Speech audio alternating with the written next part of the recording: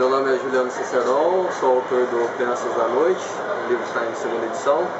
Meu Twitter é @JulianoCiceron. Meu nome é Felipe Santos, sou autor do livro Preço da Imortalidade, que é também sobre vampiros, assim como o Juliano Ciceron. Só que o meu livro é de vampiros medievais. Meu nome é Tarsis Tindarson, sou autor de Histórias de Monstros e de Agruras, são 9 contos de horror, ficção científica e aventura, e o meu Twitter é @Tindarson.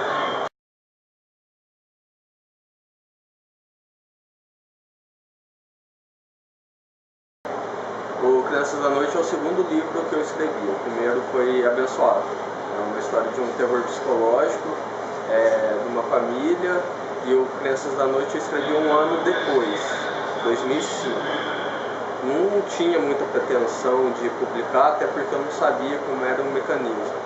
Aí depois eu continuei escrevendo, tem mais outros 2 livros prontos, e em 2008 eu mandei para a editora. Eles apostaram na ideia. É que na verdade, assim, quando eu escrevo alguma coisa, eu costumo dizer que ela é parte do universo muito maior.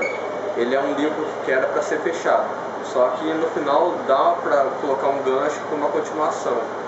Mas ele pode ser lido isoladamente, assim como Harry Potter, né? Uma saga, mas se você quiser ler só o primeiro, você pode ler só o primeiro. Mais uma história só, porque eu não quero me taxar como escritor de vampiro ou escritor de terror, nada do gênero. Então eu quero amplificar o leque e escrever outras coisas. Eu também comecei a escrever o livro como um hobby, era mais porque sempre gostei de ler um livro mais sobrenatural e queria ler um livro de vampiro medieval, nunca achava. E aí comecei a escrever como hobby, mas escrever mesmo pra mim, não escrever pra ninguém especificamente. Comecei a mostrar pra minha família, pra alguns amigos, eles foram se empolgando com o livro, e aí quando eu terminei eles praticamente me empurraram para registrar o livro e mandar para uma editora, e aí está aqui o livro hoje, algo que começou como um hobby, né, tá aqui agora. Eu acho que aqui no Brasil é difícil uma pessoa que já eu quero escrever porque eu quero isso, porque quem que vive aqui no Brasil de livro? Então eu acho que todo mundo aqui começou como todo hobby. mundo começa como hobby, né, especialmente, mas Paulo Coelho também, ninguém no Brasil, tirando Paulo Coelho, André Bianco, vive de livros, né? Então a maioria de nós escreve livro como hobby e por alguma razão do destino conseguimos publicar, né? Agora apostando os autores. No meu caso, o livro é uma história fechada, começo, meio e fim, não é trilogia, não é saga. Mas você pretende escrever outros? Sim, eu pretendo escrever outro livro, assim como o Juliano Ciceron falou. Acho que a maior parte dos escritores, né, nacionais, né, do nosso gênero, não quer ser taxado como um escritor de anjo, como um escritor de vampiro. Acaba que a gente quer expandir o leque. O livro que eu estou escrevendo atualmente não tem nada a ver com vampiros. Eu estou testando outros elementos sobrenaturais, porque eu acho que como escritor a gente gosta de brincar, né? Brincar com os elementos para ver se dá bem. Histórias de Monstros de Agruras começou com o primeiro conto, A Galinha Preta, que eu contei para os meus primos pequenos. E aí, meus tios começaram a observar que eu tinha um certo dom de contar histórias. Eu comecei com contação mesmo, não nada escrito, falando. E as ideias começaram a surgir, e aí eu comecei a escrever as ideias no jeito das ideias no computador. E outras ideias foram surgindo. Aos 15 anos eu comecei a escrever um livro chamado A Floresta do Medo, que até hoje eu não terminei. As histórias de Monstros de Agruras, ele mostra várias tendências minhas como escritor. Você observa que um escritor no estilo sobrenatural, você observa um escritor no estilo fantástico, um escritor no estilo de suspense, de crime, de ficção científica. Então tem muitas linhas, entendeu? Eu não sigo uma linha só. A ideia é surpreender o leitor em qualquer uma das histórias que eu escrevo.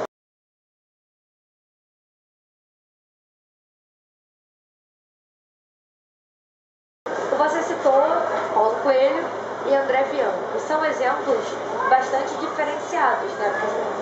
Livros completamente diferentes, mas você acha que assim, o fato do André Bianco ter conseguido, isso abre portas para a gente, ou ele é um caso isolado, é ele, ponto, ele é a exceção, não, vai ser exceção não colocar o André Bianco como um caso isolado. O André Bianco foi o cara, vou dizer que ele foi o precursor, né? Porque na verdade existiam muitos escritores fantásticos, inclusive o Paulo Coelho também escreveu sobre vampiro também. Mas ele foi o cara que quebrou a barreira, né? Ele foi o autor que conseguiu quebrar o primeiro preconceito com os editores nacionais. Né? Ele batalhou muito por isso, ele sofreu preconceito das editoras, ele sofreu preconceito dos leitores e ele venceu. Né? Ele não é o único, nós temos o Eduardo Spohr, que está aí com a Batalha do Apocalipse, para mostrar que isso é realidade, mas não é comum. Isso não são exceções, na verdade está mostrando uma nova tendência dos leitores de aceitar a nova, a gente chama essa de nova literatura nacional, o novo fantástico nacional. Né? E você vai nas livrarias hoje em dia e você vê muitos autores nacionais com um acabamento, né? Olha as capas dos nossos livros, né? É um acabamento profissional que as editoras estão dando agora para a gente, um suporte. Então não acredito que ele seja uma exceção, mas que ele seja um exemplo, né, de alguém que conseguiu chegar lá. Aqui no Brasil tem esse preconceito ainda de que é literatura e que não é. Se for ver a literatura fantástica, a ficção especulativa também é taxado com baixa literatura. A alta literatura é Guimarães Rosa, Machado de Assis. Aí a gente analisa também que Jorge Amado também tem fontes no realismo mágico.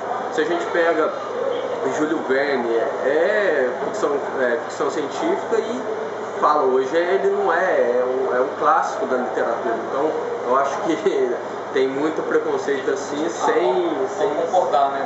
Nenhum escritor escreve para ficar na elite, né? Para ficar nas universidades. Todo escritor escreve para ser neutro, né? Para ser popular. Eu acho que um clássico, assim, exemplo, é o próprio Stephen King, que eu acho que é um dos maiores vendedores de livros, e só o Iluminado, que está na universidade lá nos Estados Unidos. É o único livro que é estudado nas escolas que ele Harry Potter também já é hoje em dia, né? É considerado um clássico da literatura britânica. E não foi feito para isso, ele foi feito para ser, para entreter crianças e adultos. Né? Não é só o livro também, se a gente pega o cinema também, agora que a gente está vendo um cinema de entretenimento aqui no Brasil, antes era querendo mostrar drama universal, eu não tenho nada contra isso, mas tem seu nicho, tudo tem seu nicho de mercado. No cinema, na literatura, tem gosto para todos os tipos.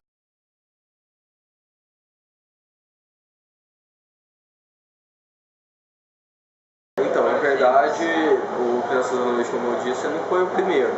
Ele foi o primeiro a ser publicado. Na verdade, até a história dele é curiosa, porque eu comecei a escrever, emprestei as anotações para um colega meu, sumiu, aí eu escrevi o Abençoado, aí ele está pronto, né? Aí eu acho que pelo mercado na época, Crepúsculo e tudo, apesar de eu ter escrito antes, eu acho que isso impulsionou também as vendas. Aí a editora quis apostar no livro de vampiro. Não é o meu tema único, é uma coisa que eu gosto de escrever, mas eu tenho outras preferências. No caso não é difícil responder essa pergunta. Eu acho que vampiro é um tema que sempre fascinou, sempre nos fascina. Vampiro é um tema que nunca sai de moda, embora você tenha vampiros de moda, né? Vampiros para adolescentes, volta para vampiros clássicos. Essa foi bonito, foi a melhor parte da entrevista. Não existe vampiros, existe vampiros de moda. Existe vampiros de moda, tudo. É fantástico. Toda hora tem moda, né? Agora a moda é anjo, demônios, e agora já estão falando que a próxima moda é zumbi, e já estão falando que a próxima moda vai ser fada. Né? Tudo vive de moda, na verdade, né? Até a literatura. Mas eu não sei, eu simplesmente gosto do tema e resolvi postar em alguma coisa, criar uma história. Mas o meu primeiro livro, que eu nunca consegui concluir, era uma ficção científica, por exemplo. Na época eu tinha 16 anos, tentei escrever, aí fui reler, eu achava os diálogos muito infantis, a história muito fraca, eu acabei abandonando. Vampiro, o livro não entrou ainda, mas tem um conto chamado Segredo do Patriarca, que ele tem esse quê de vampiro de uma outra maneira, entendeu? É sobre uma bruxa que suga a vida de uma criança. E se a gente fizer uma analogia, o vampiro ele tem essa linha de sugar a vida, porque sangue é vida. Tem bruxa, tem lobisomem, alienígena, demônios. Eu não digo quebradamente porque isso é tão relativo, né? Tem gente que lê Stephen King e não sente medo, eu não sinto. Mas ele tem um estilo que incomoda, entendeu? E assim, como difícil, é relativo demais. Agora o livro com certeza serve para divertir. Ele é um livro que serve para divertir. Mas o que eu quero mostrar é que por mais que existam todos esses monstros, a maldade humana ainda supera tudo, todos eles.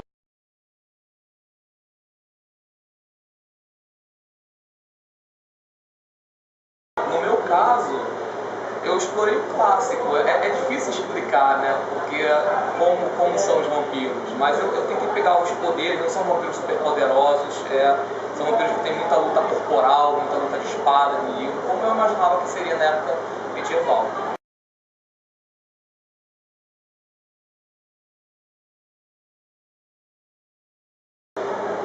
Na primeira edição, eu não vi a capa, eu vi o livro depois de pronto. Aí não era uma capa que na época eu até achava bonitinho. Ainda bem que era bonitinho. E agora eu acho que eu trabalho, posso mostrar, o melhor. Eu achei que o mais chamativo, até a fonte do título eu gostei. Eles me passaram duas imagens. Uma até... eu achei que essa foi mais interessante, eu gostei mais dessa, eu dei algumas opiniões e aí eles montaram. O trabalho foi todo da editora. Eu só aprovei. No meu caso, quando eu fui lançar o livro, eles pediram como eu queria mais ou menos a capa, eu fiz uma sugestão de elementos. Essa capa aqui acabou sendo um dos elementos que eu pedi, que foi uma floresta, uma névoa, morcegos, e a espada, apesar dessa espada cravada na pedra, eu pedi para tirar a pedra, mas não tem nada de Rei Arthur no livro. E eles montaram 5 capas, né, com esses elementos. Aí eu acabei gostando particularmente de duas e pedi para unificar essas capas. E aí surgiu essa capa aqui, que eles também aprovaram. Tive um certo problema com a capa. Primeiro porque eles me deram 5 capas. E a primeira capa era só as letras e o nome. E a quinta capa, que é a que me interessou, era esses 2 olhos em títulos vermelhos menores, né? As outras capas eram paisagens, tipo essa do livro do Felipe. Eram paisagens noturnas, assim, também. Só que eu acho que a paisagem ela não remetia ao título. Então eu pedi para ele juntar a primeira capa com a quinta capa, entendeu? E aí, ainda assim, a ideia, na verdade, era que fosse ilustrada essa capa. Só que a gente não teve tempo de procurar um ilustrador. Inclusive, eu conheci uma ilustradora um mês depois, que é a Bárbara Cunha, que ilustrou A Garota do Espelho de Prata, que foi publicado lá no século também. E se houver uma segunda edição, eu já falei com ela vai ilustrar. Aí eu não quis fazer uma segunda tiragem, porque como eu disse antes, eu escrevi primeiro como um hobby. Aí depois que eu vi que isso poderia ser mais profissional, aí em vez de eu fazer uma segunda tiragem, eu falei, eu quero segunda edição. Aí eu reescrevi o livro está mais comercial. A gente fala bastante nessa palavra comercial, mas é uma coisa que vive de vendas, então tem que ser, não vai perder minha característica, eu só fico um ano fora do mercado, mas na hora que chegar uma coisa que vale a pena. Porque agora eu vou usar uma frase de efeito. Então, porque o livro, às vezes as pessoas confundem, porque quer lançar logo. Só que o livro, você lançando, porque eu quero lançar na Bienal. A Bienal dura alguns dias, agora o livro dura para sempre.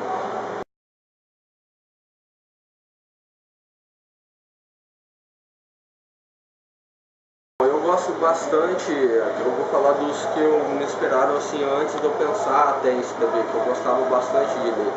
Do Stephen King, gosto bastante do Neil Gaiman, que eu tive a oportunidade de conhecê-lo e conversar com ele durante a Flip em 2008, e gosto bastante do Tolkien. Nacional, eu gosto muito do André Vian, gosto bastante do nosso Marinho, que não é muito divulgado, infelizmente, mas o livro dele é muito bom, ele está ali há 7 anos, batalhando pelo livro dele. Gosto bastante de Stephen King, isso aí acho que todos nós, né, temos uma grande influência. Mas meu autor favorito, por que me pareça, é de ficção científica, que é o Michael Crichton, que morreu há pouco tempo, né, que é o escritor do Parque Dinossauro. Quase ninguém conhece o trabalho dele, mas eu gosto muito de é uma coisa que a gente tem em comum, né? Também é o meu autor preferido. Ele me influenciou a escrever. Mas eu gosto de Fagundes Telles, eu gosto de Oscar Wilde, gosto de Tolkien também.